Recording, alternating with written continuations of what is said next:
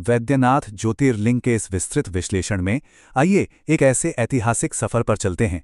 यहाँ आस्था केवल प्राचीन पत्थरों में नहीं बल्कि करोड़ों लोगों की कठिन और अविश्वसनीय यात्राओं में बसती है। देवघर के इस पवित्र स्थल की कहानी पौराणिक काल के घने रहस्यों से शुरू होती है। लंका के शक्तिशाली राजा रावण ने भगवान शिव को प्रसन्न करने के लिए एक बेहद भयंकर तपस्या की थी। पौराणिक कथाओं के अनुसार रावण ने अपने ही सिर काटकर आहुति देनी शुरू कर दी थी और ठीक अपना अंतिम सिर अर्पित करते समय भगवान शिव उसके सामने साक्षात प्रकट हो गए। प्रकट होने के बाद शिव ने एक दिव्य चिकित्सक के रूप में घायल रावण को पूरी तरह स्वस्थ कर दिया। भगवान शिव के इसी वैद्य या चिकित्सक रूप से वैद्यनाथ नाम का जन्म हुआ। इस चमत्कार के बाद शिव ने रावण को लंका ले जाने के लिए एक बेहद पवित्र शिवलिंग सौंपा, लेकिन इसके साथ एक सख्त शर्त भी रखी गई थी कि ये शिवलिंग रास्ते में कहीं भी धरती को बिल्कुल नहीं छूना चाहिए। देवताओं की योजना से मजबूर होकर रावण ने वो शिवलिंग एक चरवाहे को सौंप दिया, जिसने उसे धरती पर रख दिया, और इसी तरह वो ज्योतिर्लिंग हमेशा के लिए देवघर में स्थापित हो गया। यहीं से पौराणिक कथाएं ऐतिहासिक वास्तविकता के साथ आकर मिलती हैं। अब पौराणिक कथाओं से बाहर निकलकर अगर प्रमाणित इतिहास की बात करें तो प्राचीन ग्रंथों में इस स्थान का स्पष्ट उल्लेख मिलता है। ये प्रमाणित करता है कि झारखंड का ये क्षेत्र सदियों से शिव भक्ति का एक विशाल और बेहद प्रमुख केंद्र रहा है।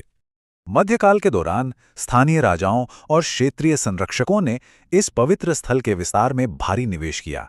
उन्होंने ही उन विशाल पत्थरों की संरचनाओं का निर्माण करवाया जो आज इस मंदिर के परिसर की असली पहचान है।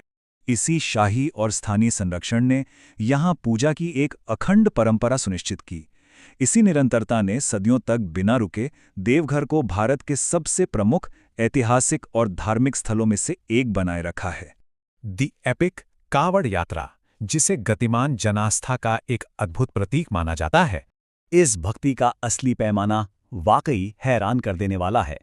लाखों श्रद्धालु सुल्तानगंज से पवित्र गंगा जल उठाते हैं और 100 किलोमीटर से भी अधिक की थका देने वाली दूरी पूरी तरह से पैदल तय करते हैं। पवित्र जल एकत्र करने से लेकर कठिन पैदल यात्रा करने तक यह एक विशाल शारीरिक और आध्यात्मिक तपस्या बन जाती है, और अंततः ज्योतिर्लिंग का जलाभिषेक करने के साथ ही यह धरती के सबसे बड़े धार्मिक तीर्थाटनों में से एक में तब्दील हो जाता है। विशेष रूप से पवित्र श्रावण मास के दौरान ये ऊर्जा अपने बिल्कुल चरम पर पहुंच जाती है।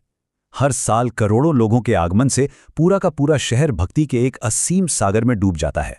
मंदिर की घंटियों की लगातार गूंज और हर हर महादेव के अनवरत जयकारे गजब का माहौल बनाते हैं।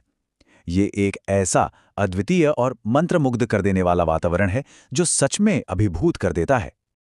आज का ये आधुनिक वैद्यनाथ धाम कई कालखंडों का एक बेहद शक्तिशाली संगम है।